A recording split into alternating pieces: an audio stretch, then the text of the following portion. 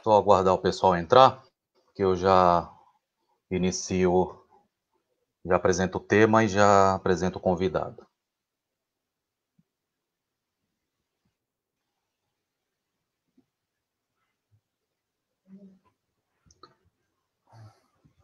Bom, boa noite, pessoal. Hoje é a nona live do canal Cerveja com Maciel. O tema hoje é um tema muito importante, principalmente para a atual conjuntura que a gente vive. Guerra às drogas, né? O genocídio negro e pobre. Esse é o tema que nós vamos dialogar hoje com um convidado muito especial, que eu tive a oportunidade de conhecê-lo numa palestra lá na faculdade do Guarujá, né? E o tema que ele deu, que ele ministrou aquele dia, foi exatamente o tema que nós vamos dialogar hoje, o tema aquele dia era Política Internacional de Combate às Drogas e a Proteção dos Direitos Humanos. Então foi uma palestra muito boa que ele apresentou lá na faculdade. Então eu tive a oportunidade de conhecê-lo e assim que eu fiz o canal, eu pensei em convidá-lo. Essa live era para ter sido dia 3 de julho, mas infelizmente tivemos alguns problemas tecnológicos e não conseguimos fazer. Então ficou aí, agendamos para hoje e acho que dessa vez a gente vai conseguir. Então eu vou colocar o convidado, ele é mestre em Direito pela Unisantos, né? Ele é promotor de justiça em São Paulo, membro fundador do coletivo para o Ministério Público Transformador, o Transforma MP, e da Associação Brasileira de Juristas pela Democracia, e é associado do Instituto Brasileiro de Ciências Criminais, IBCCRIM. Então eu vou colocar agora e a gente já vamos iniciar o nosso bate-papo. Boa noite, Gustavo, tudo bem? Tudo bem, Fernando? Boa noite. E Seja você? bem-vindo, tá tudo tranquilo. Seja bem-vindo, agradeço imensamente ter aceitado esse convite, tá? E para a gente perder algumas horinhas aqui dialogando sobre um tema muito importante que, que foi uma dissertação do seu mestrado, né? Quando você concluiu que você defendeu em 2019 praticamente, né? Que o nome é Direitos Humanos como Base para a Política Internacional de Drogas.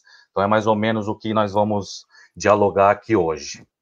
Então, antes da gente entrar no tema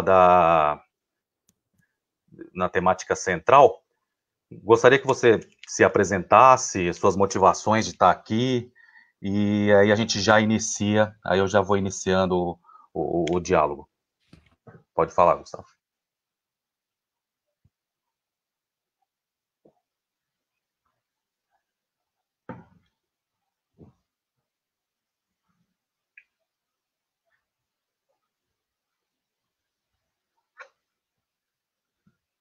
Pô, parece que tivemos algum probleminha com a conexão, deu uma travada lá. Oi, tá me ouvindo? Vamos Á- aguardar ele. Às vezes dá uma oscilada aqui na minha internet, tá? Não, tranquilo, tranquilo. Sai um pouquinho, mas volta. Tá. Bom, nos conhecemos na Faculdade de Guarujá. Eu tenho visto algumas das suas manifestações, algumas das suas lives. Tenho achado muito interessante todas as formas de diálogos com pessoas que lidam aí no dia a dia com a defesa dos direitos humanos, com a defesa dos mais vulneráveis, é sempre muito bem-vindo, Fernando. Então, a sua iniciativa é digna de efusivas congratulações, para a gente tentar aí fazer chegar ao máximo de pessoas possível esse estado de coisas injustas com as quais nós vivemos. Não, sim, se iniciar. O objetivo desse canal é praticamente tentar sair um pouco da bolha, né? E provocar um pouco uma reflexão, compartilhar conhecimento de forma mais didática. E quem sabe a gente consiga fazer essa transformação social para que essas histórias e outras histórias não venham se repetir no futuro da nossa nação, né? Mas, enfim, Sim. Aí eu quero deixar aqui para o pessoal, quem quiser ler a dissertação de mestrado do doutor, aqui está o link, tá? Da Unisantos, é só entrar lá. Eu tive o prazer de ler, são 146 páginas, salvo engano. Eu já tinha lido lá atrás para fazer, só que aí não deu certo, né? Aí eu dei uma lida de novo, só passei alguns pontos para a gente discutir aqui hoje. Então, quem tiver interessado, tá aí o link da dissertação dele. Aí, antes da gente iniciar, caso as pessoas que estão assistindo quiserem fazer algumas perguntas, pode colocar aqui nos comentários que eu faço as intervenções e já vou perguntando para o nosso convidado. Antes também de iniciar, eu quero agradecer a live que você fez com o Alisson Mascaro. O Alisson, o cara é muito bom, né? Eu assisti aquela live, quem quiser assistir também está no YouTube, na página do Transforma MP, né? Então, assista que vale a pena. Foi uma aula ali. E eu vou até rever de novo, porque foi muito boa. E quem sabe, eu até cheguei a mandar um e-mail para o doutor Alisson Mascaro, ele me respondeu, e quem sabe no futuro ele consiga uma agenda para a gente dialogar. Nem imaginaria que ele ia responder, mas respondeu, fiquei muito, muito feliz com essa resposta. E antes disso, me fala um pouco do Transforma MP, o que seria esse movimento? Bom, o Transforma MP, ele começou a ser pensado naquele contexto de golpe de Estado, em 2016, né? Alguns colegas, membros do Ministério Público, que já conversavam havia algum tempo a respeito daquela conjuntura, né, que só piorou de lá para cá, começamos a perceber que o Ministério Público, que é um órgão que foi pensado pelo Constituinte para defender a democracia, para defender o regime democrático, ele, ou pelo menos uma parte dele, passou a ser uma engrenagem decisiva do golpe de Estado, né? Ou seja, da quebra da democracia, da quebra do regime democrático. Então, uma contradição enorme termos aquele órgão pensado pelo Constituinte, o Pacto Constituinte de 88, se transformar, volto a dizer, ou pelo menos parte dele, num órgão que manipulou o direito, manipulou os direitos e garantias fundamentais, e foi um dos órgãos, pelo menos, decisivos para o golpe de Estado. Então, nós, inconformados com aquele estado de coisas, começamos a dialogar, nos unimos, fizemos contato com membros do Ministério Público do Brasil inteiro, e fundamos um coletivo, uma associação civil, de membros do Ministério Público que são críticos dessa atuação enviesada do Ministério Público e que defendem os direitos e garantias mínimas que são previstos na Constituição Federal. É para isso que o Ministério Público existe e para isso que nós nos unimos, pelo menos para denunciar esse estado de coisas inconstitucional que uma parte do Ministério Público se tornou. E de lá para cá temos feito algumas manifestações, alguns eventos, temos participado de alguns processos judiciais, inclusive no Supremo Tribunal Federal, temos feito agora, com essa época de pandemia, algumas lives que têm se mostrado muito interessantes. Você comentou uma delas, que foi com o Alisson Mascaro, fizemos com o professor Lênin Streck, fizemos com o professor Pedro Serrano, fizemos lives a respeito da questão do racismo, da questão dos direitos da mulher. Ontem fizemos uma live com o Jones Manuel, que é um historiador, né, lá de Pernambuco. Enfim, conversas várias com pessoas aí engajadas na defesa dos direitos humanos. Nossas lives são todas as quartas-feiras à noite, e quase todas as semanas também abrimos outros dias para fazer conversas sobre os mais variados temas, com essa mesma ideia, né, que você teve ao montar o seu canal. Eu fui 3 anos coordenador geral do Coletivo Transforma MP, agora em julho eu passei o bastão aí para novos coordenadores, e eles assumiram assim de uma forma espetacular, muito engajados. Eu creio que a gente tem ainda um caminho a percorrer, mas dentro das nossas limitações, eu penso que nós temos pelo menos colocado aí em questão, em xeque, essa atuação do Ministério Público que nós entendemos não ser a atuação mais adequada. Não, perfeito. Então tá aí o convite. Toda quarta-feira o Transforma MP faz essas lives, né, com temas importantes e convidados importantes. Então tá aí o convite para que todos possam assistir. Bom, eu vou vou compartilhar uma tela aqui com um áudio, que é praticamente essa poesia que é de uma MC Martina. Ela praticamente é a síntese do que vai ser falado hoje. É 1 minutinho e meio, tá? Então eu vou compartilhar com vocês, aí a gente escuta essa poesia da MC e a gente já inicia o bate-papo. Só 1 minuto.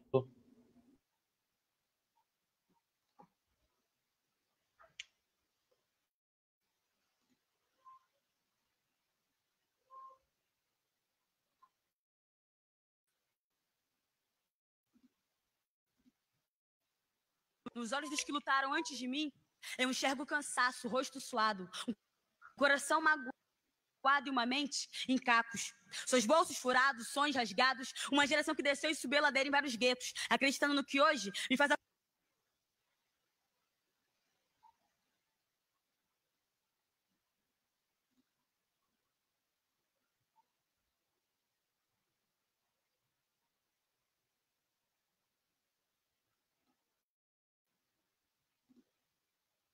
Peraí que deu um probleminha no vídeo aqui, só 1 minuto.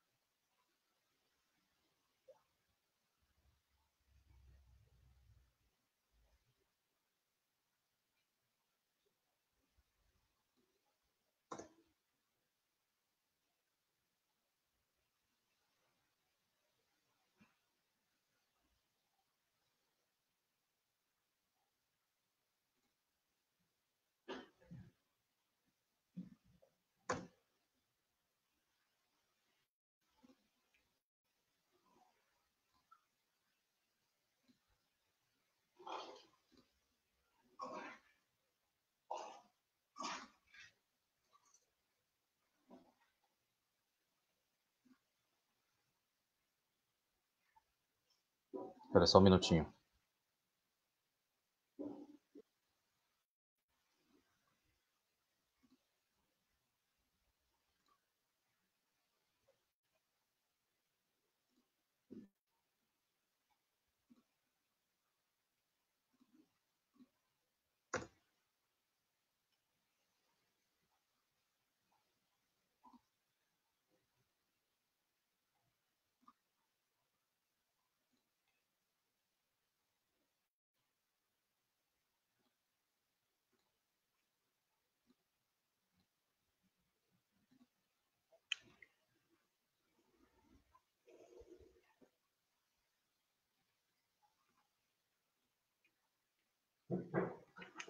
Bom, não sei o que aconteceu com o vídeo que não está querendo rodar, mas enfim, eu vou ler então, porque eu tenho aqui ela escrita também, que é melhor, porque senão a gente vai perder muito tempo aqui.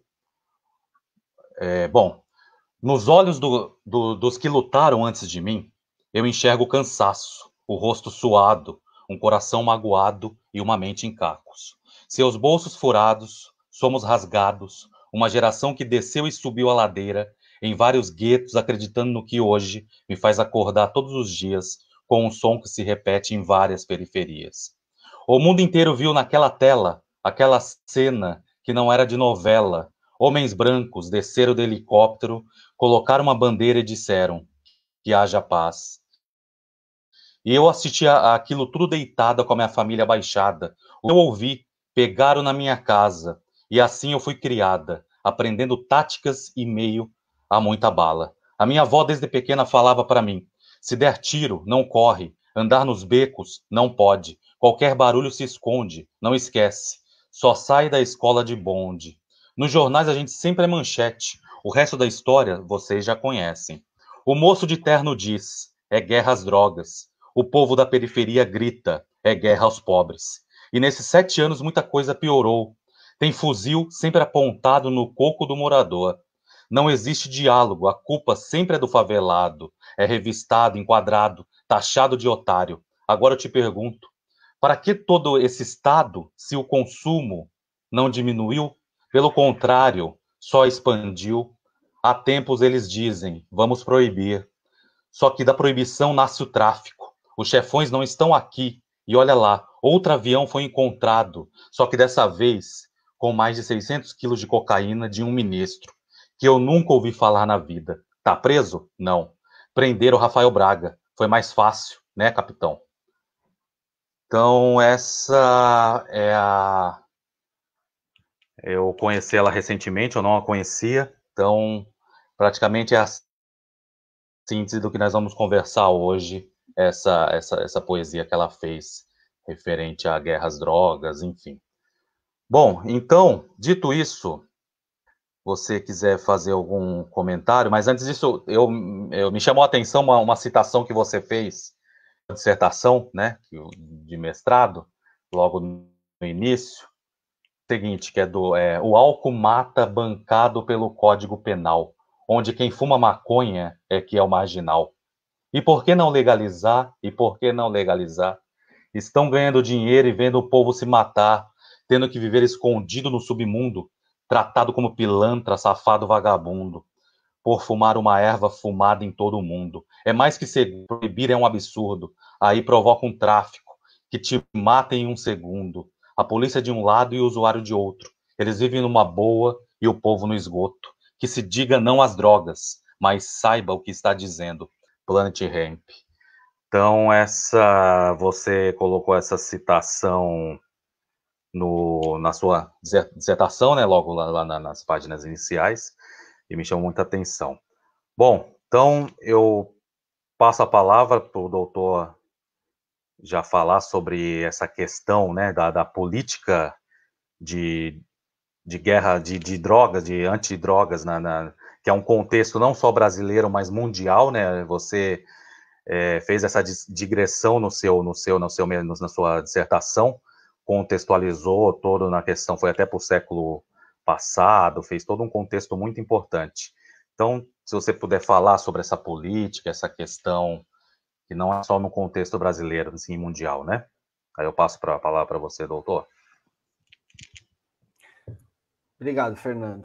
Então, essa questão das drogas, que é uma questão que, desde quando nós estamos na faculdade, nós aprendemos, né? Que o tráfico de drogas é um crime hediondo, porque aquele que pratica o tráfico é aquele que causa a tragédia social, é aquele que causa violência, é aquele que vende um produto que vai desgraçar a vida do próximo, que vai acabar com as famílias, que vai ser responsável por roubos, homicídios, feminicídios, estupros. É isso que nós aprendemos, até mesmo fora das faculdades. Basta que se ouça um programa da mídia tradicional que trate do tema das drogas, que nós ouvimos sempre a mesma história, não é? Só que quando a gente faz uma busca na história, que nem você disse aí, nós percebemos, e não é difícil de perceber, qualquer autor que trate desse tema, ele faz essa constatação de que as drogas, elas acompanham o ser humano na sua história. O ser humano, ele tem uma convivência muito próxima e muito íntima com as drogas, né? Nas mais variadas modalidades, tipos de drogas que se possa imaginar, desde aquela que vai combater uma enfermidade, vai combater uma dor, que vai deixar a pessoa mais calma, ou que vai deixar a pessoa mais eufórica, ou que vai servir ali no momento de lazer, que vai acompanhar a pessoa durante toda a sua vida, né? Aí na nossa dissertação a gente faz uma constatação que a cannabis, que hoje que é tão falada hoje em dia, né? Ela já aparecia em tratados farmacológicos 3.000 anos atrás, né?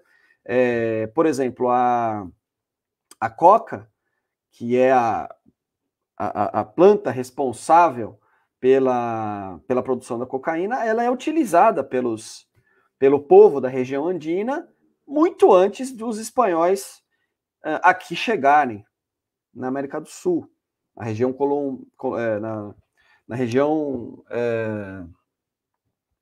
dos Incas, né? Ou seja, são drogas, são substâncias que acompanham o ser humano, né?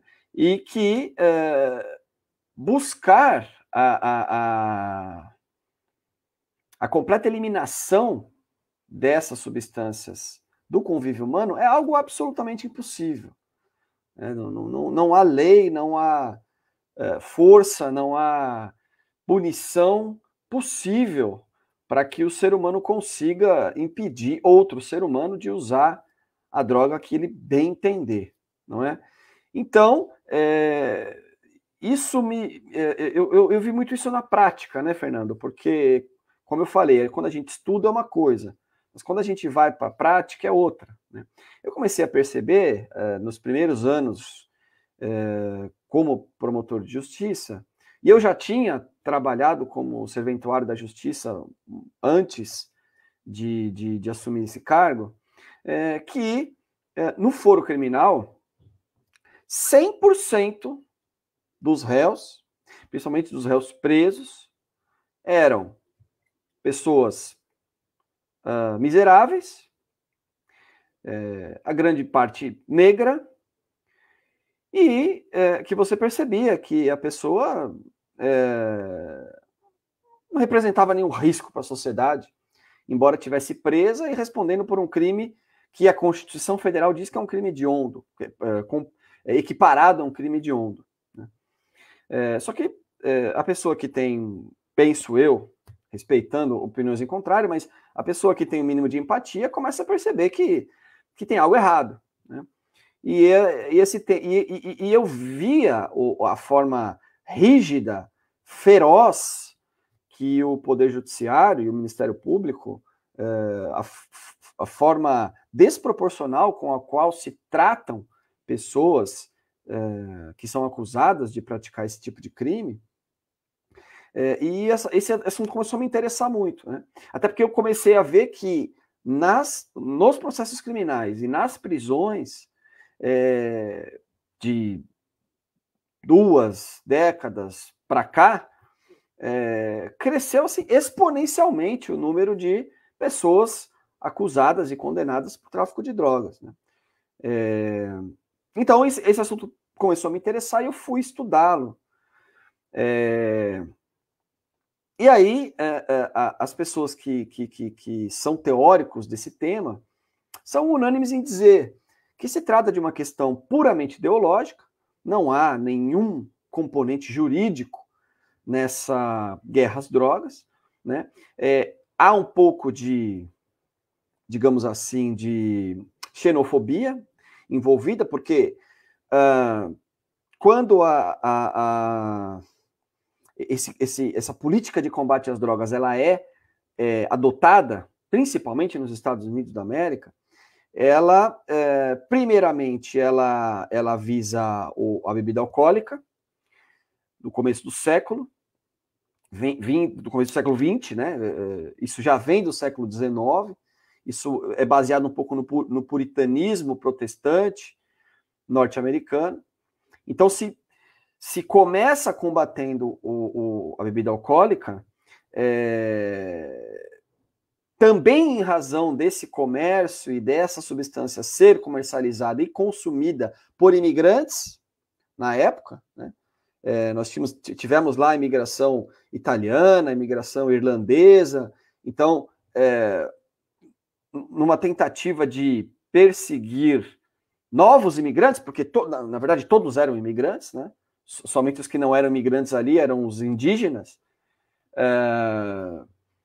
o próprio Estado norte-americano percebe que não, além de não conseguir erradicar a bebida alcoólica do país, deu-se um poder extraordinário para as gangues, para as organizações criminosas, e a mais famosa delas é do mafioso italiano Al Capone.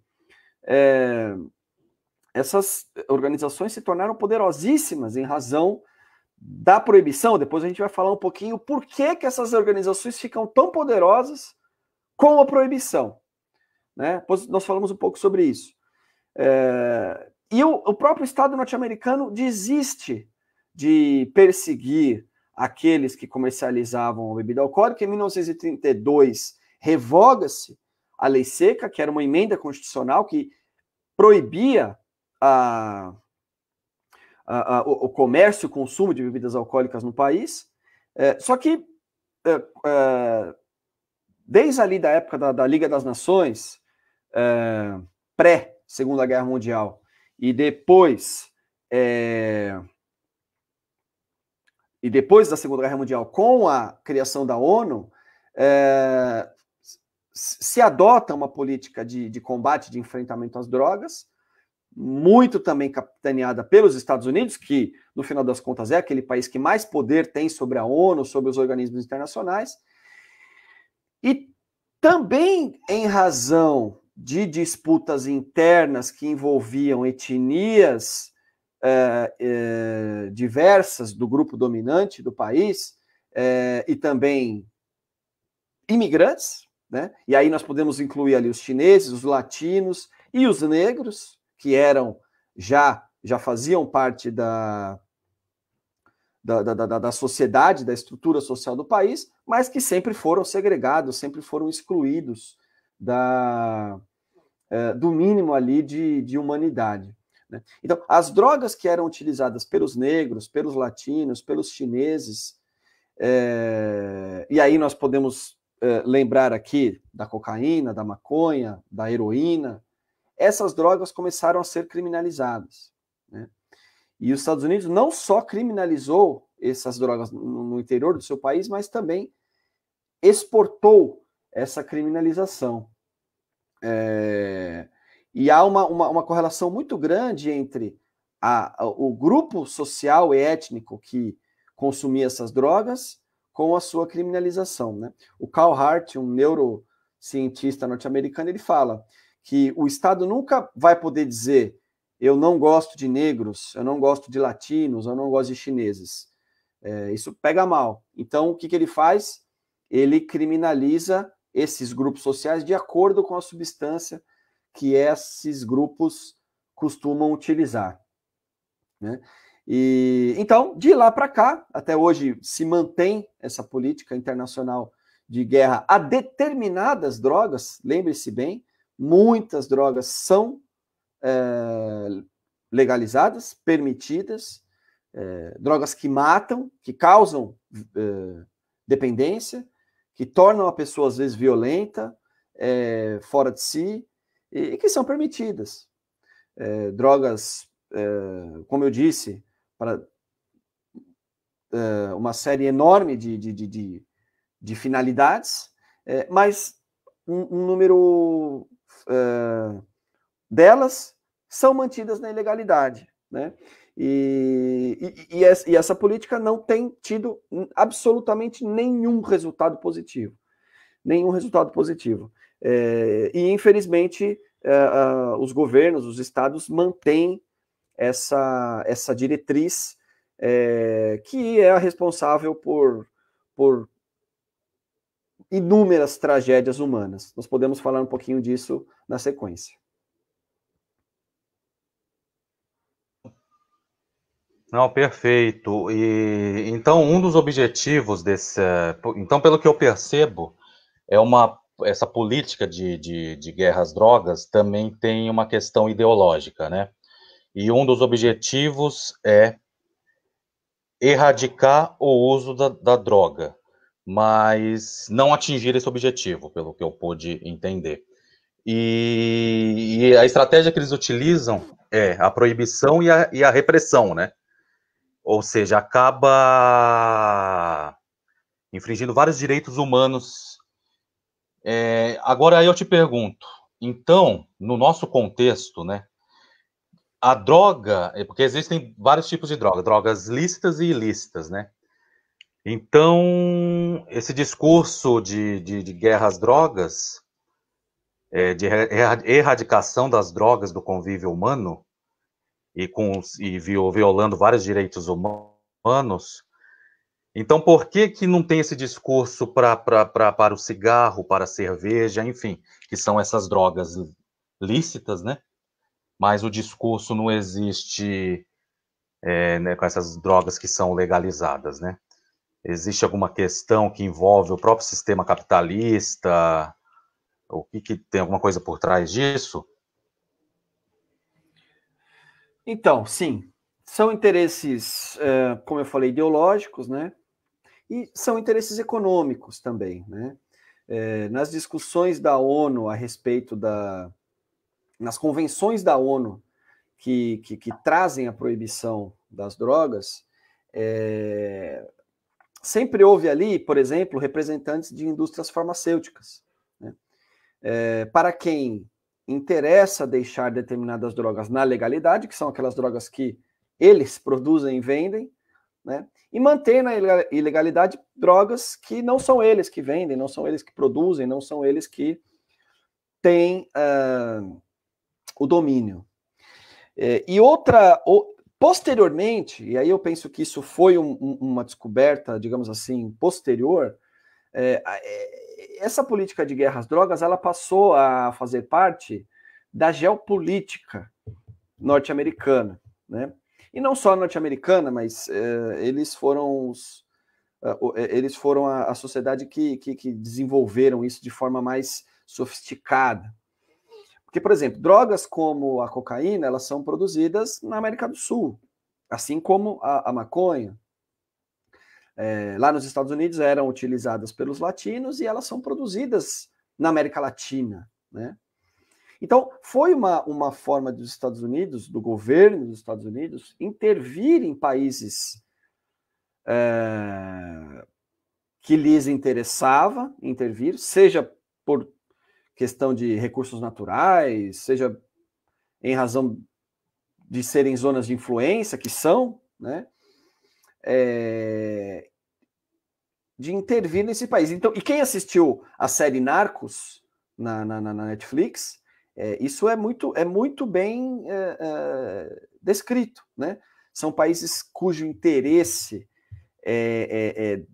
do imperialismo norte-americano é muito forte. Então, sob a desculpa de que se está combatendo o tráfico de drogas em locais onde essas drogas são produzidas e permitindo, assim, a intervenção de forças norte-americanas no interior desses países, se consegue controlar a política desses países, né? Então, assim, na série Narcos, o que acontece? Os agentes da DEA intervêm na Colômbia, né? O inimigo público número 1 deles era o Pablo Escobar, e eles, violando todos os direitos humanos possíveis e imagináveis de um número extraordinário de pessoas, aliando-se muitas vezes a policiais corruptos, aliando-se muitas vezes a gangues rivais daqueles que eles pretendiam perseguir, prender, matar, enfim. E cometendo outras barbaridades mais, se justificaria, se justificou e continua justificando a ação dessas agências para supostamente erradicar a produção e a distribuição de drogas.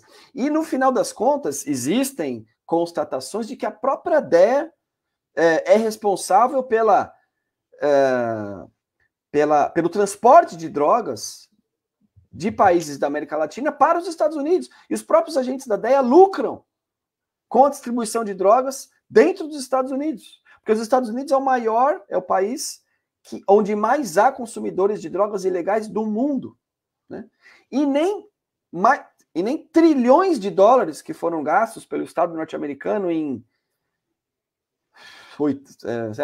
60 anos de guerra às drogas, nunca houve a diminuição do número de usuários nos Estados Unidos, né? Nunca houve a diminuição. Cada ano aumenta o número de usuários de drogas nos Estados Unidos, na Europa, na Ásia, no Brasil, em todo lugar do mundo, né? Pese embora todo o dinheiro que é gasto no combate, pese embora todas as mortes causadas em razão da guerra às drogas, pese embora todas as prisões que são levadas a efeito em razão da guerra às drogas, né?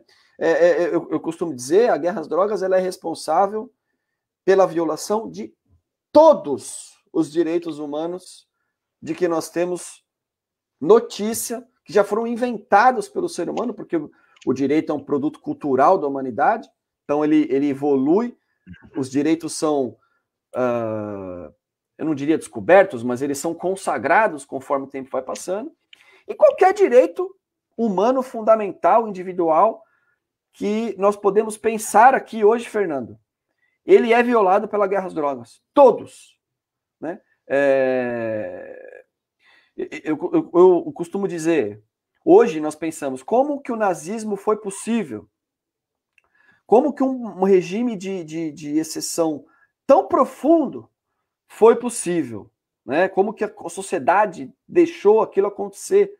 Né? Sabendo que pessoas eram anuladas, suas existências eram anuladas, e o Estado e a sociedade convivia com aquilo de forma absolutamente normal.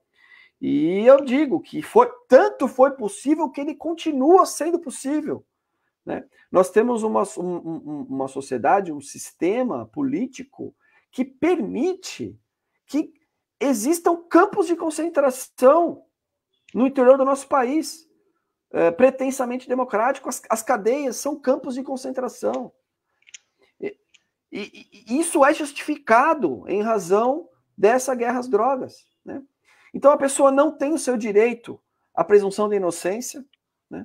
A pessoa é acusada de tráfico de droga, ela tem uma prisão preventiva decretada praticamente de forma automática, né? Não se analisa o caso concreto. A pessoa é condenada, praticamente condenada no dia que ela está presa. Ela é presa, ela está praticamente condenada. Porque o juiz vai decretar uma prisão preventiva sem analisar o caso concreto, o promotor vai pedir, o juiz vai decretar. Na instrução processual, a palavra do policial vai ser o suficiente para condenar aquela pessoa, ela vai recorrer presa, o tribunal provavelmente vai manter a condenação dela, e se lá na frente for constatado que ela tinha direito a uma pena alternativa, por exemplo, o que já foi decidido pelo Supremo Tribunal Federal ser possível, ela já ficou ali 1 ano, 2 presa, e já a sua família já entrou numa desgraça total, e ela já perdeu a vida, já perdeu o emprego, já perdeu tudo que tinha, e nada mais vai poder voltar, fazer a vida dessa pessoa voltar ao normal, né? Fora outros direitos que são violados, como, por exemplo, basta ouvirmos o rádio no dia a dia, que o radialista diz ali, polícia entra no Morro Carioca e mata 10 traficantes, são mortos em confronto com a polícia, né? E tá tudo certo, né? Basta dizer que eram traficantes, que aquelas 10 mortes estão justificadas, né? Primeiro lugar, quem garante que eram 10 traficantes, né? Em segundo lugar, ainda que fossem 10 traficantes, que direito tem o Estado de matá-los porque são traficantes? Nenhum, né? Foi troca de tiros mesmo? Enfim, não há investigação quando... Não é que não há investigação, estou generalizando, mas em muitos casos não há investigação quando se dá ali a justificativa de que eram traficantes de drogas. O Orlando Zacconi, delegado no Rio de Janeiro, tem um livro que fala sobre isso, a forma jurídica da política de extermínio. Eu não lembro exatamente o nome agora, mas no livro dele ele disseca como essa justificativa de que, olha, eram traficantes, está presente na maioria dos arquivamentos dos inquéritos policiais que apuram mortes decorrentes de intervenção policial, né? Então, a política de guerra às drogas ela é uma política que permite que o Estado controle a população, tanto com o encarceramento, quanto com o extermínio da população pobre, sob a justificativa de estar combatendo as drogas. Não está combatendo as drogas estão em todas as esquinas, em todas as escolas, em todas as faculdades, em todas as empresas. Qualquer um tem um acesso extremamente facilitado a qualquer tipo de droga, né? Então, nós não estamos combatendo droga nenhuma, não estamos combatendo tráfico nenhum, o tráfico está aí mais forte do que nunca, só que a população pobre continua morrendo, sendo presa injustamente, e as famílias estão sendo destroçadas pelo Estado por causa dessa guerra sem nenhum sentido. Não, perfeito. Então, nesse sentido, é uma questão também de classe, né? Essa guerra também é uma questão de classe social. Então, tem um alvo, que é a população periférica e o negro, né? Porque se for analisar a nossa população carcerária, né? É a maioria de negros, né? E a droga continua sendo consumida em bairros nobres, por algumas pessoas da elite, e esses não são o alvo dessa política de combate, né? Levando em consideração, quando você falou sobre a questão de geopolítica, podemos então considerar que existe então uma certa divisão internacional do combate às drogas, no sentido de que os países pobres são marginalizados e totalmente estereotipados. Então, se for analisar essa questão da geopolítica, tem essa divisão internacional de drogas, que acaba os países periféricos acabam sendo o alvo, né? É bem isso, né, doutor? Exatamente isso. O direito, quando a gente fala que o direito ele é violado com a política de guerra às drogas, não é só o direito interno, né? O direito internacional ele é solapado pela política de guerra às drogas, né? Basta ver que os Estados Unidos soltou um comunicado aí alguns meses atrás, dizendo que todos os integrantes do governo da Venezuela são traficantes, financiam o tráfico internacional e fixando ali uma recompensa para quem entregar os líderes políticos de um país, né? Um país que obviamente não segue as linhas traçadas pelo imperialismo norte-americano, né? Então, como pode um país acusar o presidente de outro país sem prova nenhuma de que ele é um traficante de drogas, né? Então, vejam como isso é poderoso, né? Se justificou o cerco ali, um cerco praticamente completo do país, da Venezuela, sob a justificativa de que se trata de um país de traficante de drogas, né? Algo que não tem nenhum sentido, não tem nenhuma base no direito internacional, né? E foi bom você ter falado da questão do negro, Fernando, porque esse é um debate que eu penso que falta nos movimentos antirracistas, falta no interior da esquerda, falta até mesmo na academia, né, a não ser naqueles setores que estudam de fato esse tema.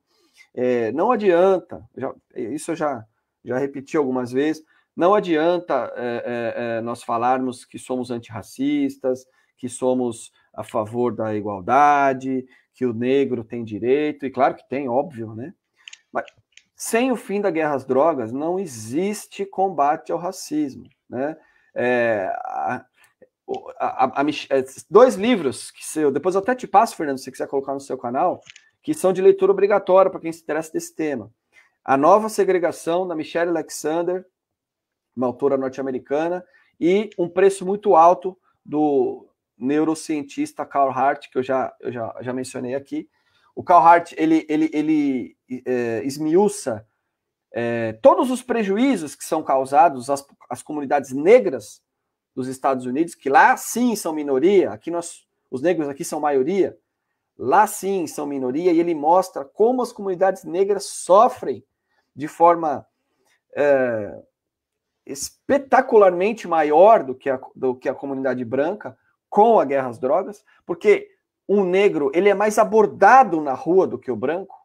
Então, obviamente, por ele ser abordado mais do que o branco, já é uma causa de ele ser mais preso, de ele receber mais penas criminais e ficar mais tempo preso, de ser reincidente, né, de receber penas mais altas pela reincidência. Como a polícia viola o direito ao domicílio nos bairros negros e não faz o mesmo nos bairros brancos, como essa política ela tem resultados muito mais drásticos para a população negra. Esse é o livro do Carl Hart, que é sensacional. E tem o livro também da Michelle Alexander, que ela traz, Fernando, e é sensacional o paralelo que ela faz, sensacional se não fosse trágico, né? Sensacional no sentido acadêmico. Ela mostra que nos Estados Unidos, a escravidão, primeiro, o regime de segregação racial, Jim Crow, depois da escravidão, e agora a política de guerra às drogas, são uma continuidade. Ou seja, se aboliu a escravidão, mas se instaurou um regime de segregação racial, né? Se aboliu o regime de segregação racial com o movimento dos direitos civis, cujo expoente máximo foi Martin Luther King, e se garantiram direitos à população negra, e logo em sequência iniciou-se a política de guerra às drogas, que não é nada mais nada menos que a continuação do regime de segregação racial, porque nos Estados Unidos há 2.200.000 pessoas presas, cuja esmagadora maioria são negras.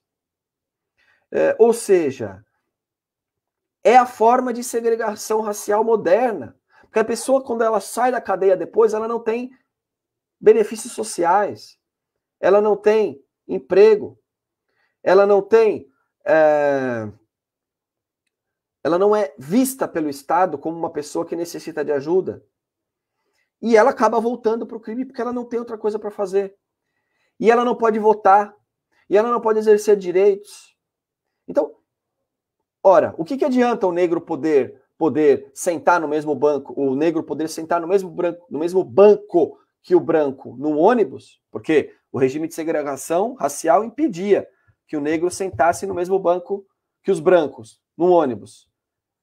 Se ele não pode exercer, por exemplo, o direito ao voto, o direito a receber um benefício social, o direito de trabalhar, porque qualquer emprego que ele vai se candidatar lá, ele precisa preencher uma ficha. Você tem passagem policial? E se ele disser que sim, ele está fora desse emprego, né? Então, é um regime de segregação racial. Então, pessoal do movimento negro, sem discutir a questão da guerra às drogas, não há luta antirracismo. Isso precisa ficar muito claro. Eu escutei esses dias a entrevista do rapper Emicida no Roda Viva, eu gostei da entrevista. Mas quando ele diz, olha, o menino negro, ele tem que ser visto como um igual. Né? Isso foi dito por ele. Se ele se esforçar, ele pode ser o que ele quiser. Não é verdade. Ele não pode ser o que ele quiser. Ele pode ser o que ele quiser desde que ele não seja morto pela polícia, desde que ele não seja preso pela polícia, desde que ele não seja morto pelo tráfico de drogas, porque sim, o tráfico de drogas é um movimento violento, e aí a gente pode falar um pouquinho por quê daqui a pouco. E o que sobra para ele é ser lavador de carro, motoboy, entregador de iFood, ou aqui no litoral, que é onde nós moramos, bandejeiro na praia. Essas são as opções que existem para os negros. Então, como que uma pessoa pode dizer que o negro pode ser o que ele quiser? Não é verdade, né? Sem o fim da guerra às drogas, a principal manifestação do racismo no Brasil, nos Estados Unidos, é o encarceramento em massa do povo pobre e negro e a política de extermínio praticada pelo Estado, cuja justificativa é a guerra às drogas. né? Então, isso precisa ficar muito claro. Não existe, mais uma vez, não existe combate ao racismo sem o combate à guerra às drogas. Isso é algo que precisa ficar muito claro. Não, perfeito. Deixa eu só passar aqui para alguns comentários, deixa eu só falar com o pessoal aqui, a gente já continua. Boa noite, professora Lucélia, seja bem-vinda. Professora Lucélia, ela é pré-candidata à Prefeitura de Bertioga. Tá aí, seja bem-vinda, professora. Minha droga favorita é o açúcar. Realmente o açúcar é um outro tipo de droga também. Boa noite, Lícia. Aqui a professora Lucélia, ela comenta, o maior tráfico é o de futuro. No momento em que um bairro periférico nasce deixado à margem do direito à cidade, alijado do compromisso que o poder público deve ter com as pessoas que ali habitam, garantindo direitos sociais fundamentais, inaugura-se o desespero pela sobrevivência, onde o comércio ilícito de drogas se faz como uma das ferramentas de ganha-pão. Aí boa parte da juventude preta começa a caminhar para o cativeiro. O maior crime do tráfico é tirar a oportunidade de acesso. Aí aqui a mensagem cortou. E o Brasil, a Amanda Peronde, e o Brasil comprou essa criminalização, demonizaram a cannabis, as tradições africanas e indígenas foram atingidas em cheio. Alice, o Dr. Luiz Carlos Valois tem alguns livros sobre esse tema. O Vinícius Santos, no intervalo da aula, vim dar uma passada aqui para prestigiar duas pessoas que admiro pra caramba. Seja bem-vindo, Vinícius. Bom, então, se quiser fazer algum comentário sobre alguma fala aí da questão do tráfico, aqui a questão que a professora Lucélia falou sobre essa questão, né, que acaba sendo uma ferramenta de ganha-pão, enfim.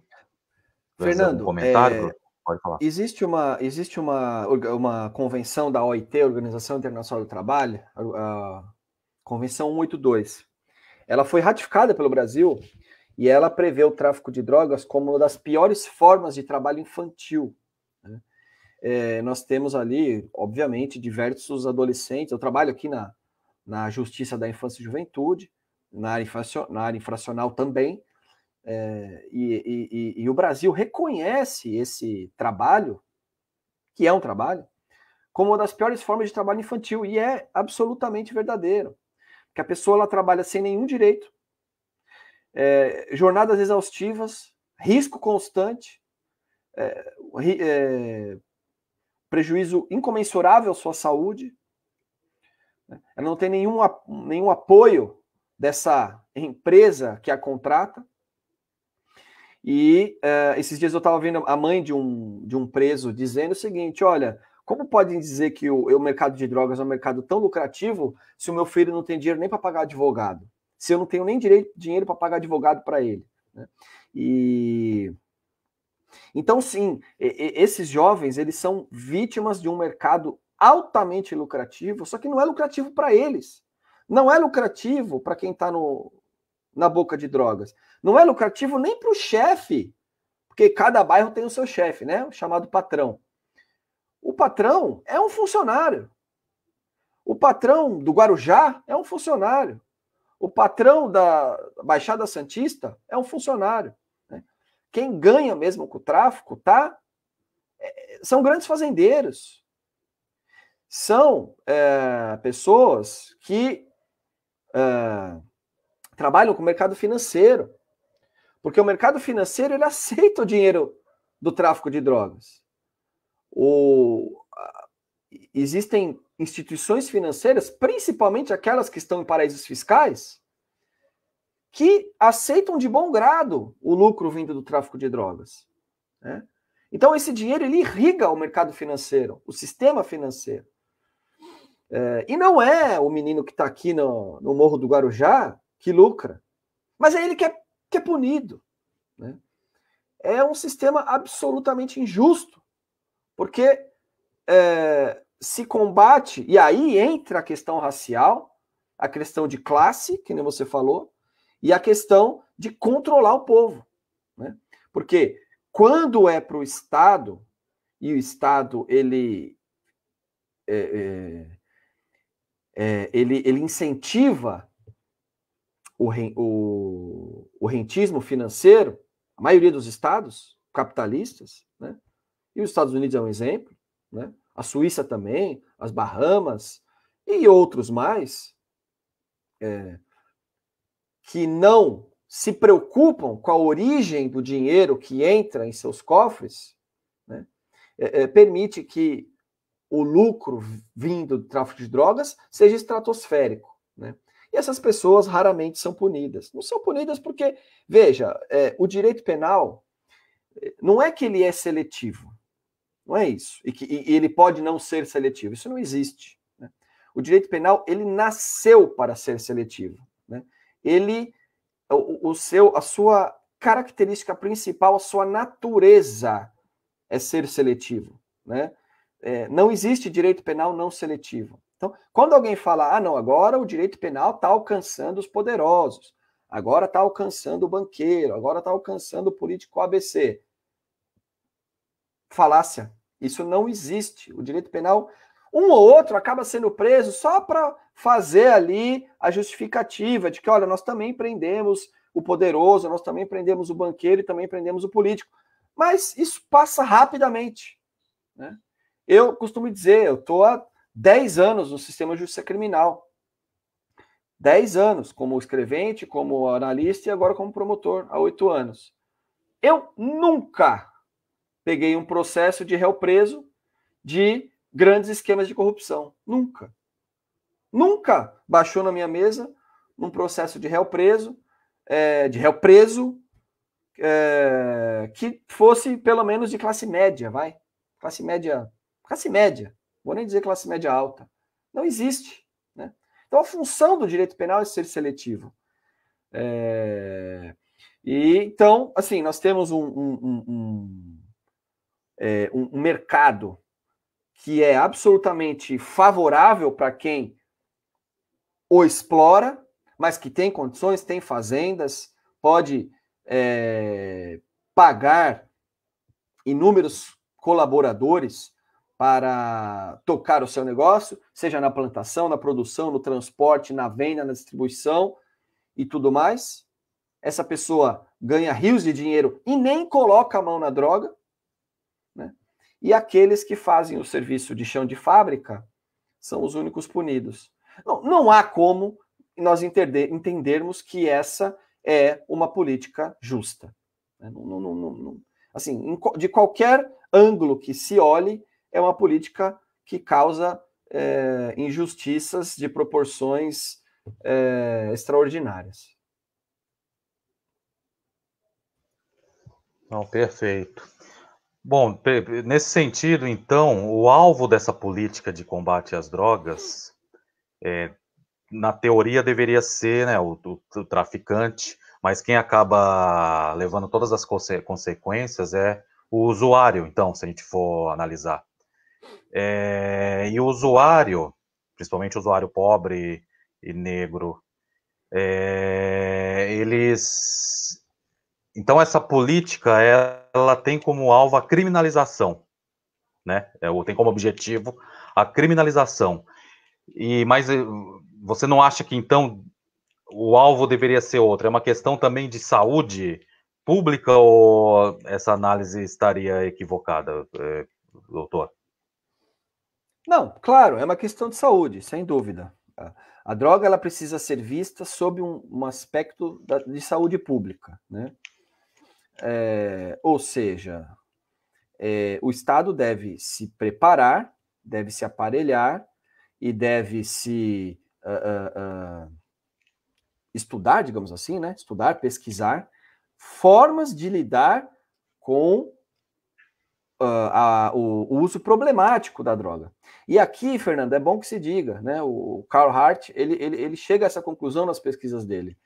Ele diz que algo próximo a 10% dos usuários, 10, 12% dos usuários, apresentam problemas com o consumo de drogas. Problemas como, por exemplo, dependência, vício, violência,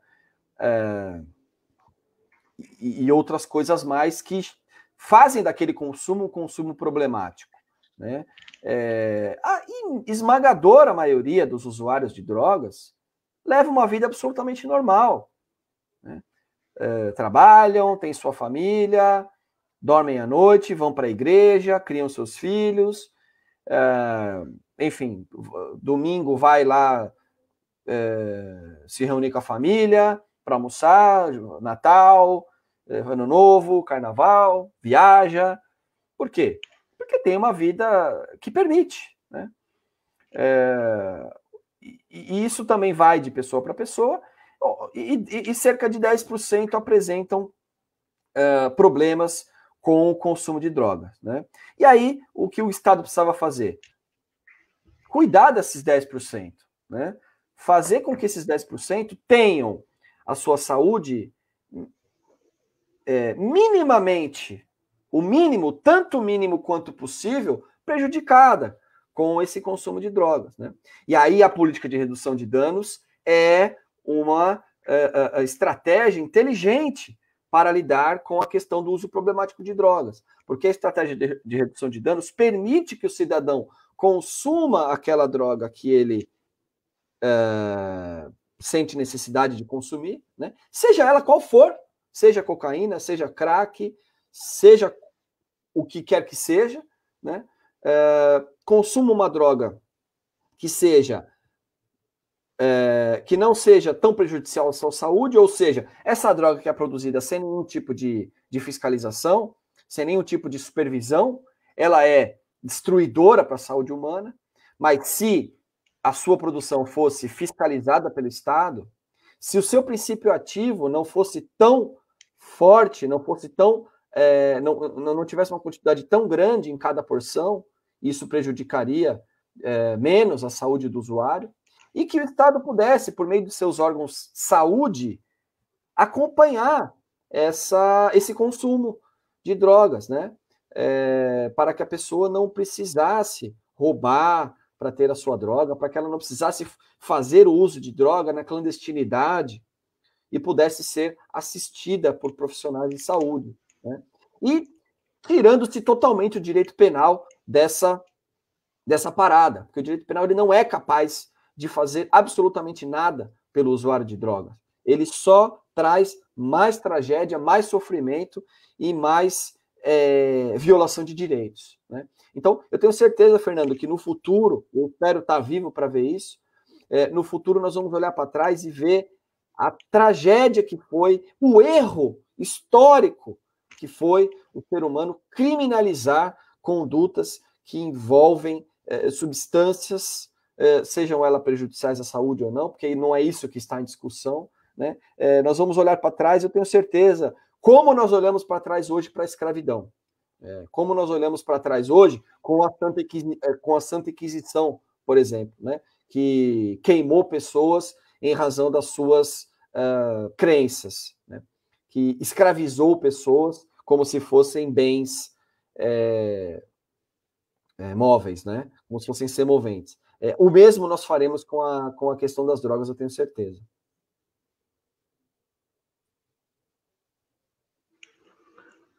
Perfeito, sim. Eu também penso dessa forma. Aí nesse sentido, nós temos uma legislação sobre a política de combate às drogas, e ela está alinhada com essa ideologia hegemônica que é proibicionista, né? Existe a nossa legislação, ela está totalmente alinhada. O que diz a nossa legislação sobre a questão do usuário, essa questão do combate às drogas? Olha, Fernando, a nossa lei atual, que trata da política de enfrentamento das drogas, que é a 11.343, ela é uma lei que mantém a política proibicionista, que aumenta a pena daquele que pratica o tráfico de drogas, né? E ela traz ali uma gama de condutas criminosas enorme, são 18 condutas típicas, se eu não estiver enganado,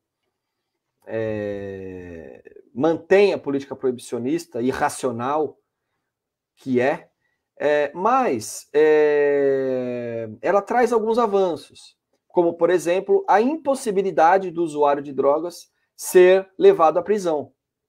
né? Nós pensamos que nenhum tipo de criminalização, ainda que seja apenas alternativas, como advertência, multa, prestação de serviço, nenhuma pena pode ser aplicada ao usuário de drogas. Isso é um contrassenso extraordinário, viola todos os princípios do direito penal. Não existe crime sem que a pessoa prejudique o direito de um terceiro. A autolesão não é punida. Então, não há nenhuma razão para o usuário de drogas ser punido. Mas, pelo menos, a lei impediu que ele fosse levado à prisão. Então, não é possível haver qualquer tipo de criminalização, de penalização restritiva de liberdade para o usuário de droga. É um avanço. Foram previstas ali na lei de drogas, né, na lei antidrogas, inúmeras iniciativas que devem ser perseguidas pelo poder público, que são claramente políticas de redução de danos, né? Porque a lei fala de respeito aos direitos, fala em respeito à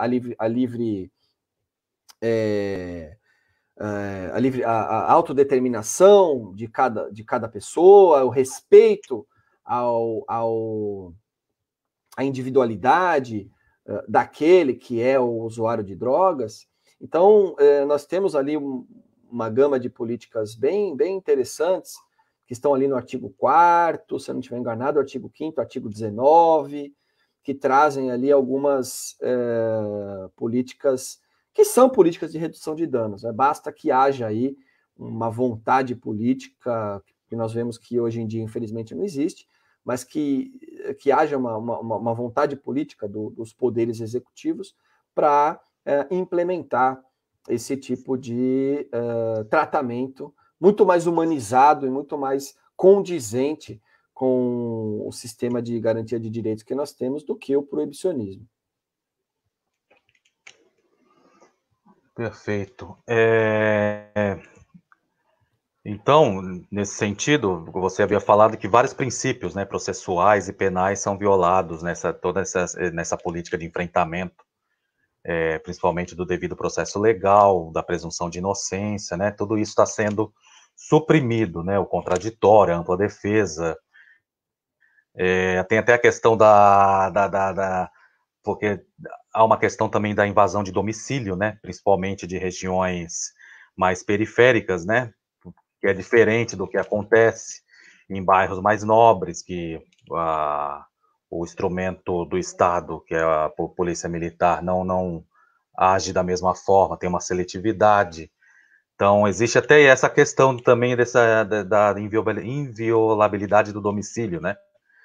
Que nessa guerra contra as drogas, se for numa região periférica, eu acho que ocorre essa invasão diariamente no cotidiano dessa política, não é isso? Exatamente isso.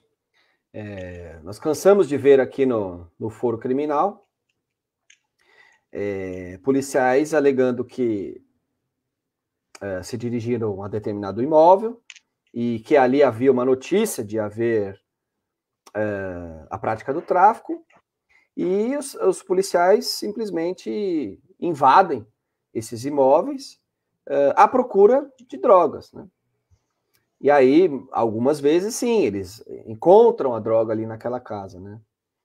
Mas não é essa a providência correta, né? Quando há suspeita da prática de um crime dentro de uma residência, é necessário que se solicite o mandado de busca domiciliar ao juízo competente para que, respeitadas diversas premissas legais, se cumpra aquele mandado no interior de uma residência, como, por exemplo, ele tem que ser cumprido durante o dia, não pode ser cumprido à noite, né?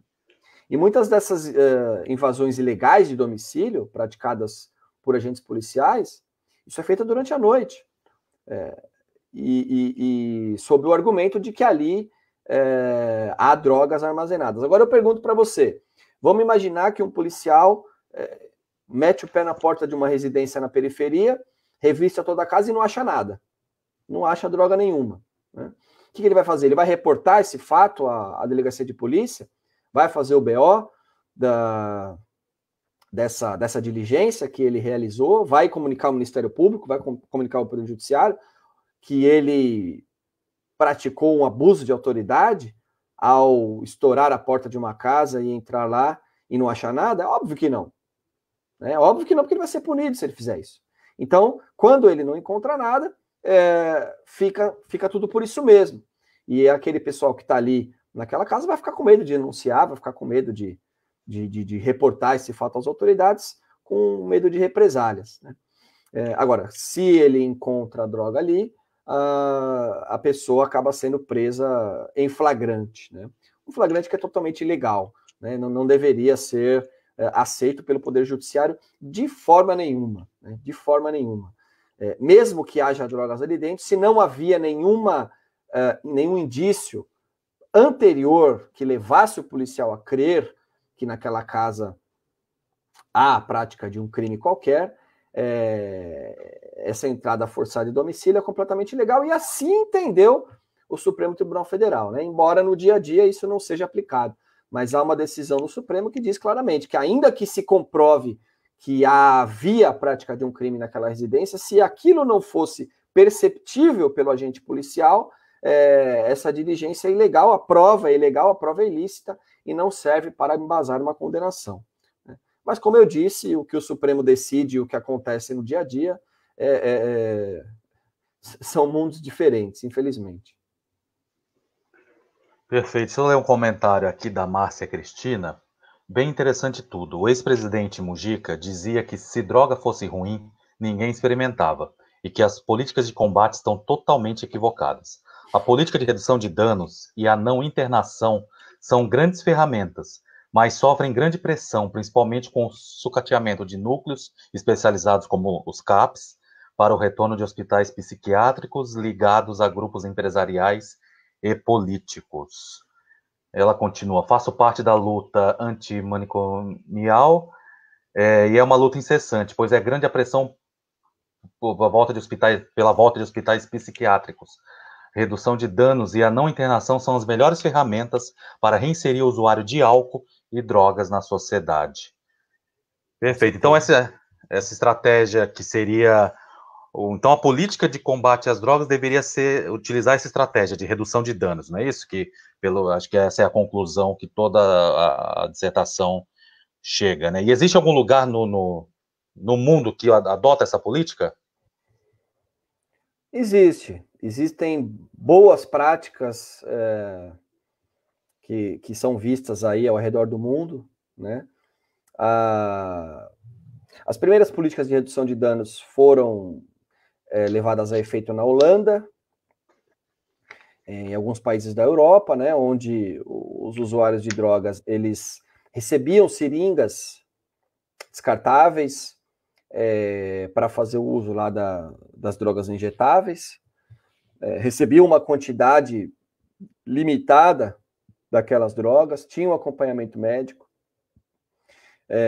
Portugal tem um sistema de não criminalização dos usuários de drogas, né? Eles são encaminhados para centros de tratamento. Temos experiências também de legalização, de regulamentação do consumo de drogas. Isso acontece também na Holanda, né? Nós temos lá os coffee shops, onde as pessoas podem fazer a utilização da cannabis de forma legalizada. No Uruguai também optou-se por descriminalizar a venda e o consumo da cannabis. E temos, sim, bons exemplos de políticas de redução de danos no mundo, né? Falta, como eu falei, os governantes largarem a questão ideológica, né? Perceberem que isso não leva a nada e passarem a investir mais na saúde dos usuários. E o que a nossa colega falou aí da questão antimanicomial, que eu também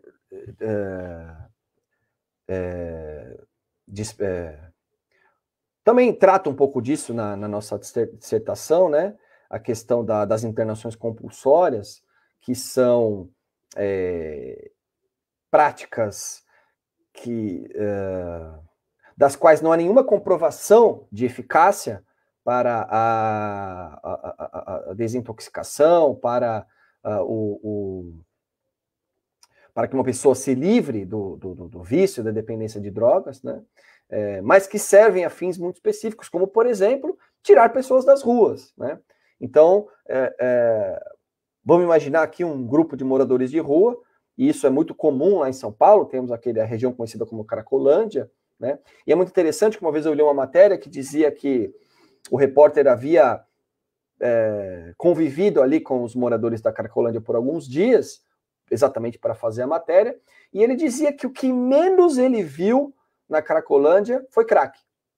O que menos tinha ali era crack. As pessoas consumiam bebidas alcoólicas, consumiam maconha, ele falou que até cocaína havia ali no meio.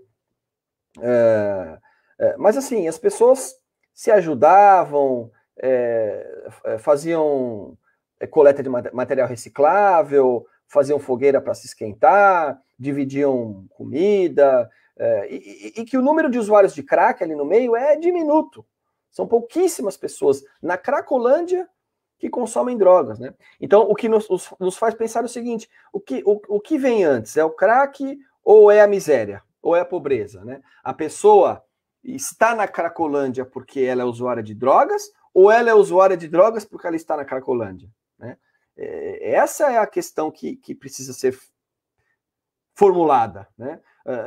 Quando se vê na imprensa, é a Cracolândia, logo se imagina que é um apanhado enorme de usuários de crack, não é verdade. É um apanhado enorme de moradores de rua miseráveis que não têm onde dormir, não têm onde morar, não têm casa, que precisam sobreviver e que se unem para sobreviver, né? E o consumo do crack, de outras drogas, não é nada mais nada menos do que uma forma de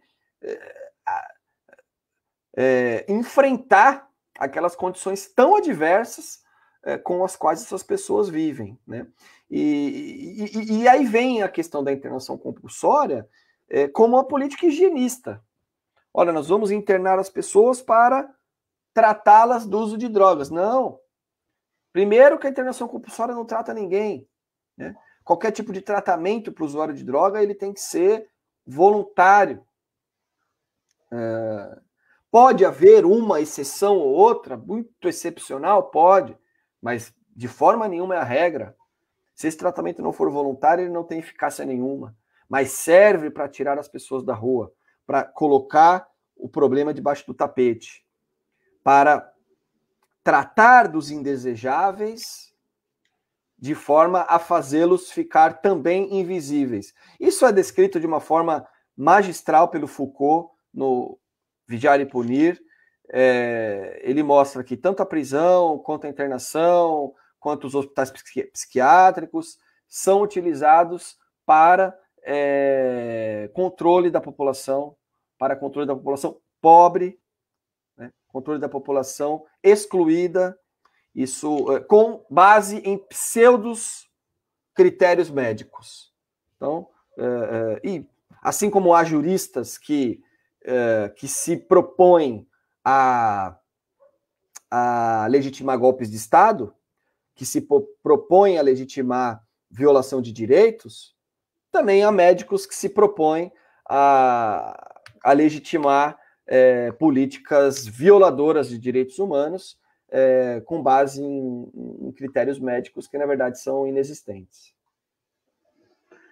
Não, perfeito, doutor. Deixa eu só mais um comentário aqui. O professor Walter Batista, que é pré-candidato à Prefeitura do Guarujá, pelo PSOL, parabéns pela iniciativa e pela forma como estão abordando o tema. Passou da hora de tratarmos a questão das drogas como tema fundamentalmente de saúde pública. Agora essa questão voltar para essa questão da saúde pública, obviamente que a gente teria que tratar a questão do usuário como saúde pública. Mas aí como então enfrentar o traficante? Que às vezes o traficante nem usa droga, né? O traficante às vezes é só a questão da toda essa estrutura econômica que se forma, né? Então essa política de combate ela acaba fortalecendo essa estrutura econômica, né, do narcotráfico. Nós temos, então, duas questões. O usuário, que é uma questão de saúde pública que não deve ter essas políticas de criminalização, E a questão desse traficante, que está lá na questão, que é o detentor dos meios de produção, né? Que não usa droga, mas então é outra estrutura capitalista dentro desse processo de combate. Seria isso, Bruno? Eu tenho uma frase que diz o seguinte: o tráfico de drogas é ruim? Sim, ele é ruim. Mas ele é ruim porque ele é a cara do capitalismo. Né? Por isso que ele é ruim. Né? Porque ele é uma atividade capitalista. Por isso que ele é ruim. Né? Porque tudo que é relacionado ao capitalismo é ruim. Então, o que acontece? A proibição, ela faz com que toda a cadeia de produção e distribuição da droga ela seja clandestina. Isso traz algumas consequências, como, por exemplo, o Estado não arrecada 1 centavo de imposto sobre essa atividade. E ao não arrecadar 1 centavo de imposto, o Estado está dando aos traficantes, e quando eu falo traficantes, eu quero deixar bem claro, volto a dizer, já disse isso aqui, não é o traficante da esquina, não é o traficante do morro, não é o traficante, o patrão, não são essas pessoas. É quem está lá atrás produzindo, vendendo em grande escala, sabe?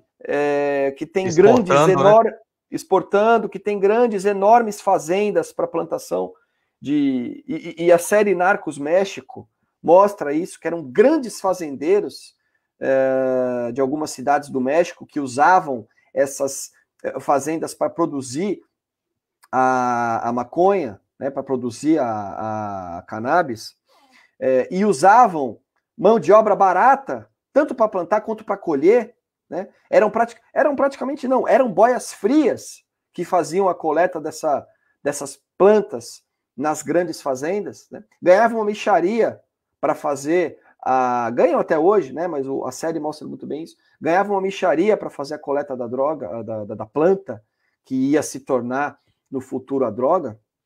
Então, quando eu falo traficante lucra, é esse traficante que eu estou falando. Né? Não é esse coitado que está aqui na esquina, que é preso, que não é o transportador, é o cara que transporta no seu caminhão ali, coloca alguns quilos de droga no caminhão, ganha também uma mixaria para fazer o transporte da droga. Né?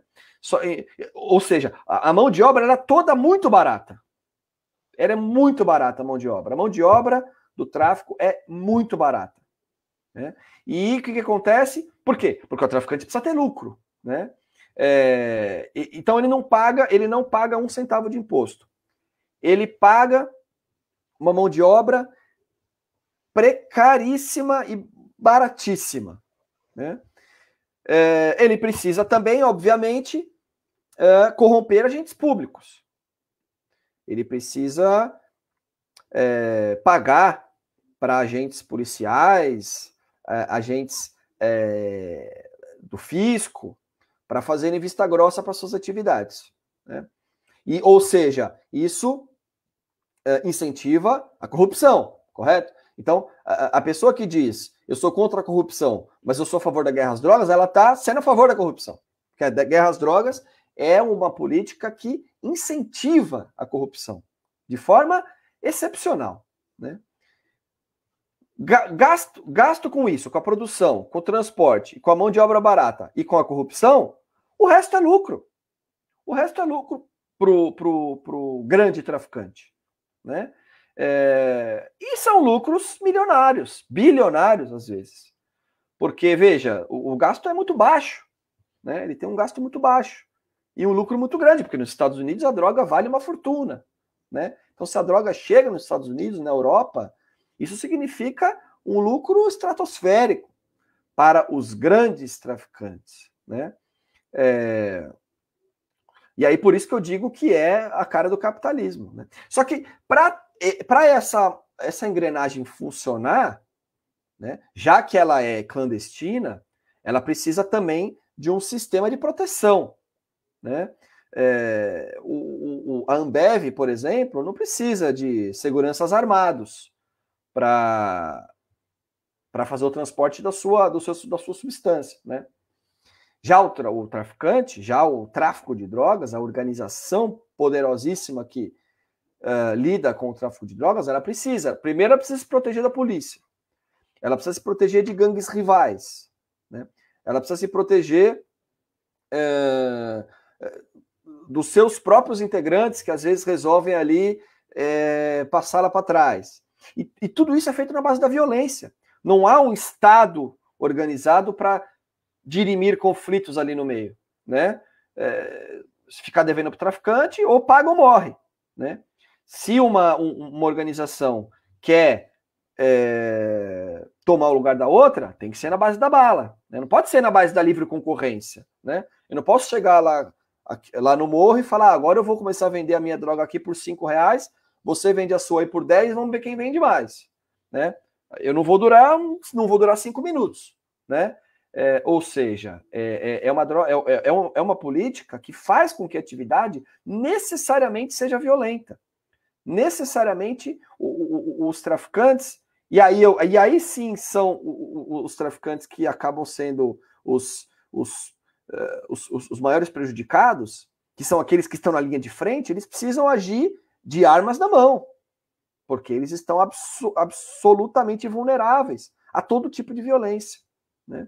Então, se essas drogas que hoje são ilegais, fossem legalizadas, fossem regulamentadas, fossem descriminalizadas, não haveria necessidade de se fazer essa distribuição com fuzis e armas pesadas, porque ninguém ia querer disputar esse mercado à bala, né? Ou seja, o que traz a violência? É a droga em si? Ou não? Não é a droga. A droga em si, o consumo de droga não é uma atividade violenta, né? Aliás, é muito menos violenta que, por exemplo, a posse de uma arma de fogo, né? Que a qualquer momento pode causar uma tragédia, uma morte, enfim, né? E, por exemplo, portar uma arma de fogo recebe uma pena menor do que portar uma quantidade de droga para venda, né? Então aí se vê o caráter ideológico desse combate às drogas, porque não é com base na periculosidade da ação, como deveria ser num direito penal constitucional, e sim com base num caráter puramente ideológico, preconceituoso, racista e classista, porque quem sofre com a política de guerra às drogas, quem está nas prisões, quem está morrendo, é a classe trabalhadora, em razão de uma violência que é decorrente da proibição. E o Estado já percebeu que isso é interessante para ele, porque elimina pessoas que não são interessantes para ele, Estado, que vivam, né? São pessoas que estão fora do mercado de trabalho, fora do mercado de consumo, são pessoas que dão gasto, né? Ficam doentes, dão gasto na saúde, dão gasto se são presas, porque tem que ir para a cadeia, e aí existe um gasto enorme ali para manter essas pessoas presas. Então, para o Estado interessa que essas pessoas morram o mais rápido possível, infelizmente, né? Então, a razão de tanta violência não é o tráfico em si, né? E sim a proibição.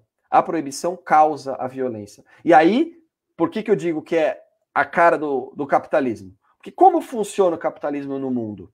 Como funciona a geopolítica capitalista?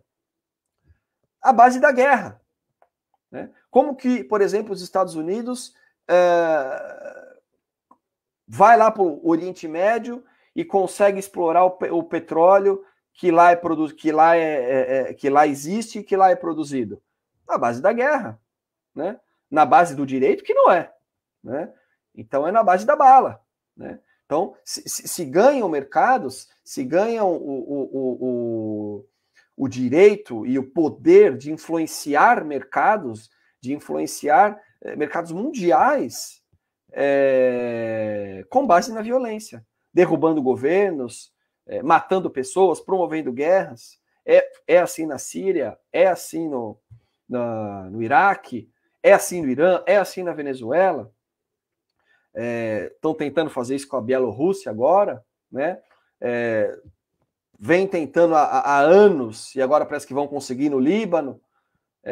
No Brasil nem se fala, né? O Brasil não precisou ser na base da guerra, né? Foi fácil. Derrubaram o governo, né? Colocaram um governo fantoche, e agora conseguem drenar os recursos naturais nacionais para interesses estrangeiros. Mas o capitalismo funciona na base da violência, na base da guerra, e é por isso que o tráfico de drogas é o espelho do capitalismo.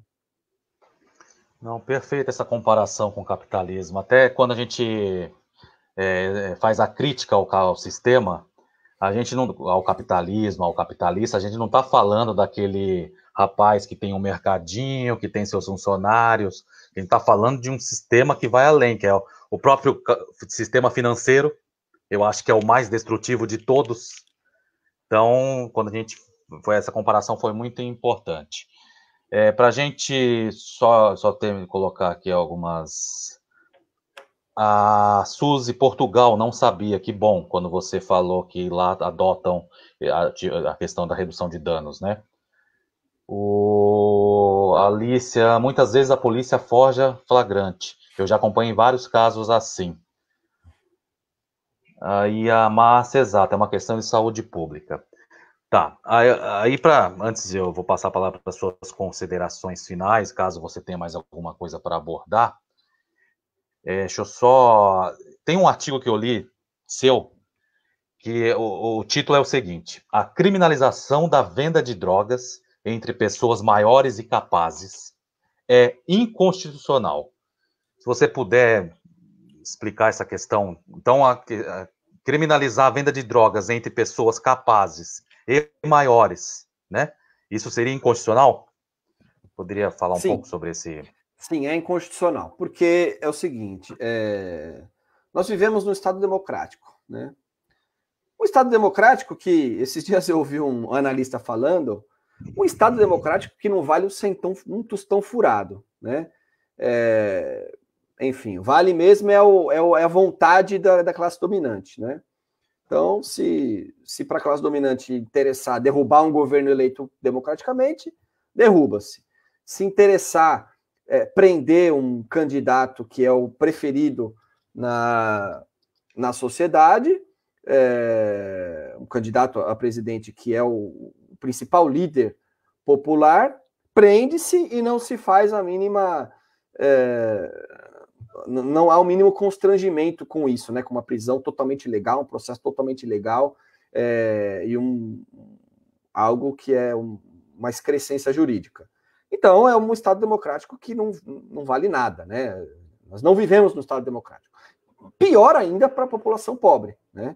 Lá o Estado democrático nunca existiu, não é que não existe agora, né? Nunca existiu, né? As pessoas sempre morreram. E aliás, é interessante ler um trecho do livro O Curtiço, do Aloísio... Esqueci o nome do rapaz agora. Aloísio alguma coisa. O Curtiço, é o clássico Curtiço. Aloísio Azevedo. Aloísio Azevedo, não é isso? Isso mesmo. Ele fala que o pessoal lá do Curtiço, a única coisa que eles não queriam é que a polícia fosse, de alguma forma, atraída lá para onde eles moravam, porque a polícia só ia para lá para agredir o pessoal. Olha só, comecinho do século XX, né? Final do século XIX, começo do século XX. Mais de 100 anos atrás. E o que acontece? Mas nós temos uma Constituição, né? Nós temos uma Constituição que garante alguns direitos democráticos, né? E qual é o nosso papel como juristas? Né? É lutar por um Estado democrático, né? Pelo menos, no mínimo, denunciar esse Estado inconstitucional que nós vivemos. Bom, para que um Estado seja democrático, o que nós precisamos? Por exemplo, o ramo mais forte do direito, que é o direito penal, que lida com a liberdade, que lida com... que invade de forma mais grave a vida privada e intimidade da pessoa, né? Podendo, ao seu máximo, privar ela da sua liberdade, ele tem que, no mínimo, ser um direito penal democrático, ou seja, ele só pode incidir quando determinadas condutas sejam realmente lesivas a direitos de terceiro, né? Por exemplo, eu não posso ser punido porque eu estou usando uma roupa rosa. Eu não posso ser punido porque eu estou pintando meu cabelo de azul. Eu não posso ser punido porque eu, sei lá, gosto de nadar no mar um dia que o mar está de ressaca, né? Eu posso morrer. Eu não posso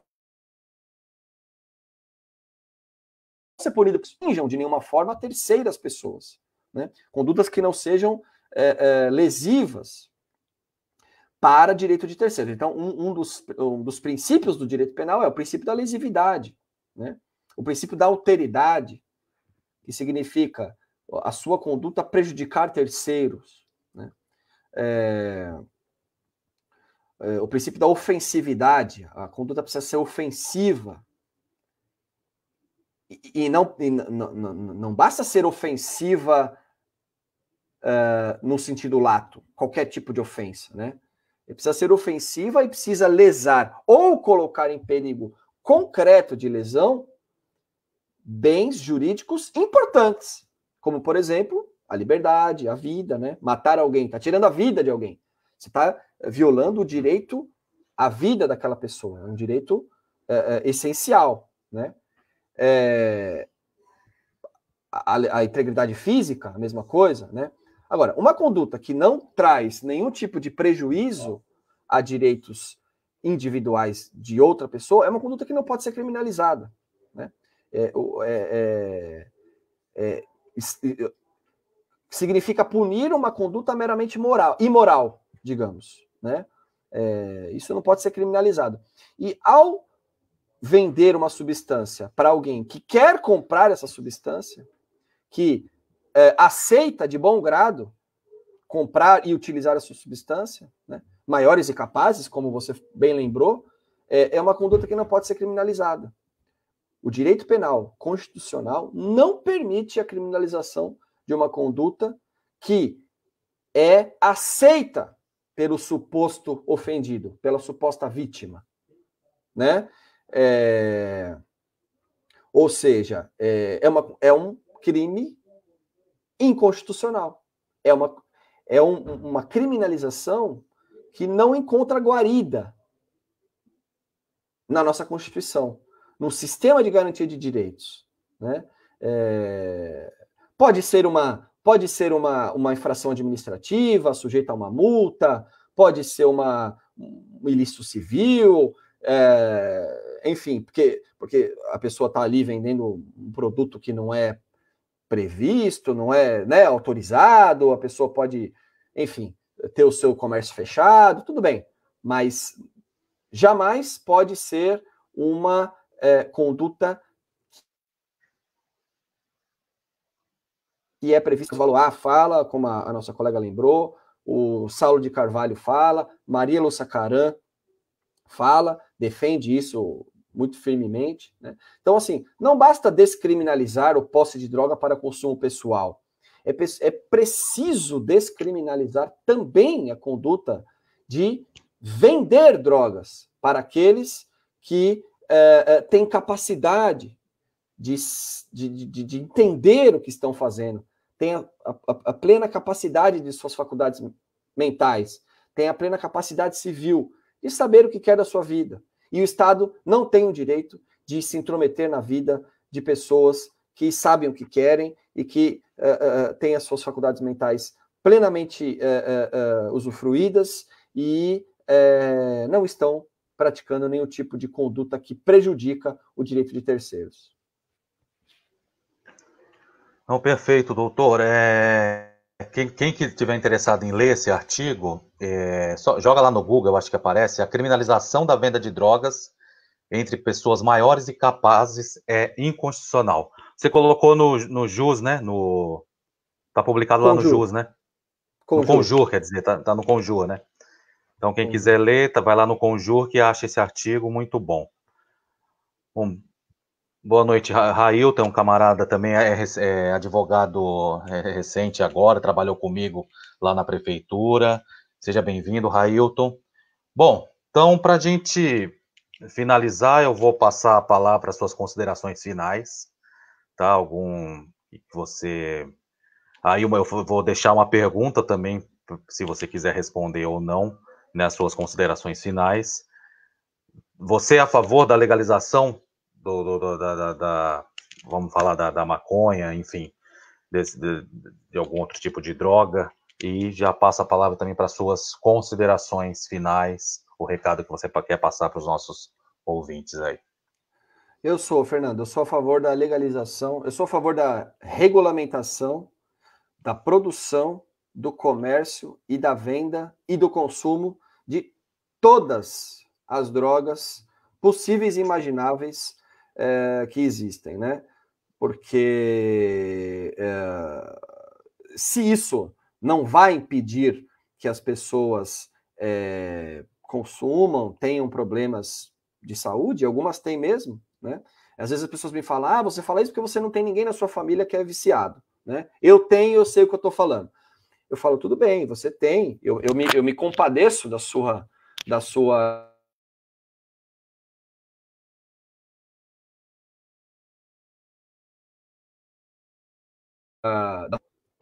Estão me ouvindo?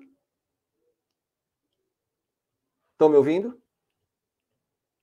Sim? Sim, pode falar, pode falar. O que a proibição impediu esse seu familiar de ser viciado, de ser dependente? Nada. Ele é dependente, apesar de toda a proibição, apesar de toda criminalização. Então, veja, é uma discussão que não é por aí, né? Não tem nada a ver. Então, assim, pelo menos vai continuar havendo pessoas que enveredam aí por um caminho de um consumo abusivo? Vai. Mas pelo menos o número de injustiças vai diminuir. E o Estado vai poder, como disse a nossa colega aí, investir na saúde pública dos usuários, investir em informação. Se o Estado regulamentar a venda e o consumo de droga, o Estado pode investir em pesquisas que mostram qual é a melhor forma de enfrentar o consumo de drogas, pode investir em formação, pode investir em profissionais que sejam capazes de enfrentar o problema de uma melhor forma, vai desafogar, para a polícia isso é bom, vai desafogar o trabalho policial, o policial vai poder investigar crimes de homicídio, crimes de roubo, crimes graves de roubo, crimes de homicídio, crimes de estupro, crimes que verdadeiramente lesionam o direito das pessoas, sabe? Não vão precisar ficar 10, 12 horas numa delegacia fazendo um flagrante de tráfico, apreendendo uma quantidade de droga X, e uma quantidade de droga X vezes 100 está aí na rua ainda andando livremente, né? E o Estado vai poder dar atenção para aquilo que realmente interessa, né? E o povo pobre e o povo negro, que enquanto existir capitalismo vai ser perseguido, né? Então a emancipação do povo, da classe trabalhadora, do povo pobre, do povo negro, uma dúvida quanto a isso. Ela vem com a superação do neoliberalismo, ela vem com a queda desse regime burguês e injusto que nós vivemos. Mas o fim da guerra às drogas, ele é um primeiro passo. O fim da guerra às drogas, o fim do proibicionismo, é o primeiro passo no caminho de uma sociedade verdadeiramente democrática, né? Um primeiro passo, não é só isso, não basta, mas é um primeiro passo. Então, eu sou a favor. Eu faço um chamado, um convite aos estudantes de direito que se unam a nós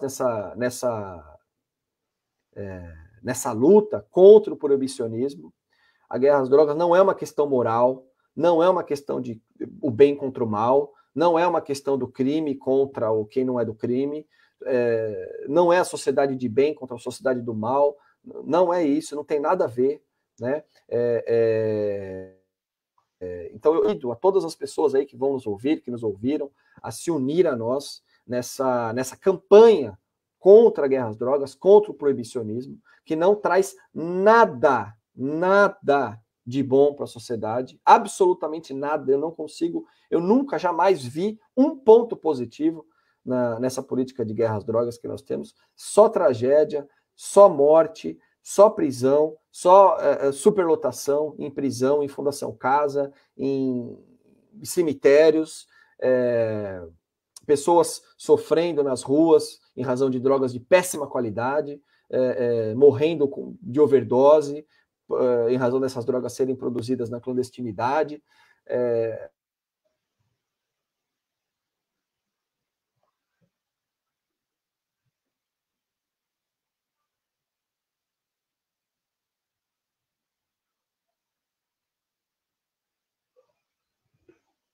Bom, acho que ele teve algum problema de conexão. Voltou? Voltou. Terminando, não é uma questão moral, é uma questão jurídica, é uma questão humanista, é uma questão de direitos humanos, de direitos fundamentais, e que todo operador do direito tem obrigação de defender.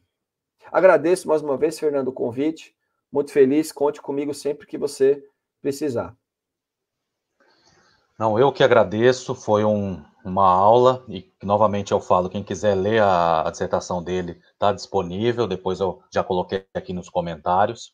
Então eu agradeço, doutor Gustavo, pela presença, e futuramente, se quiser voltar ao canal, o espaço está aberto para a gente discutir outro tema. E a luta é essa, vamos continuar na luta. Quem está na luta anticapitalista também tem que estar nessa luta contra essa política de combate às drogas. Quem está na luta antirracista também tem que estar, porque está tudo interligado. Então, as lutas têm que estar conectadas para que a gente consiga, para que essa transformação social de fato ocorra. Então, eu agradeço a sua presença. Compartilha, pessoal que não deu para assistir agora, vai estar gravado. Amanhã eu vou colocar no YouTube, podem assistir por lá também. Tá bom? Então, muito obrigado, doutor, e até a próxima. Valeu pela presença. Obrigado, Fernando. Até mais. Até logo, até mais.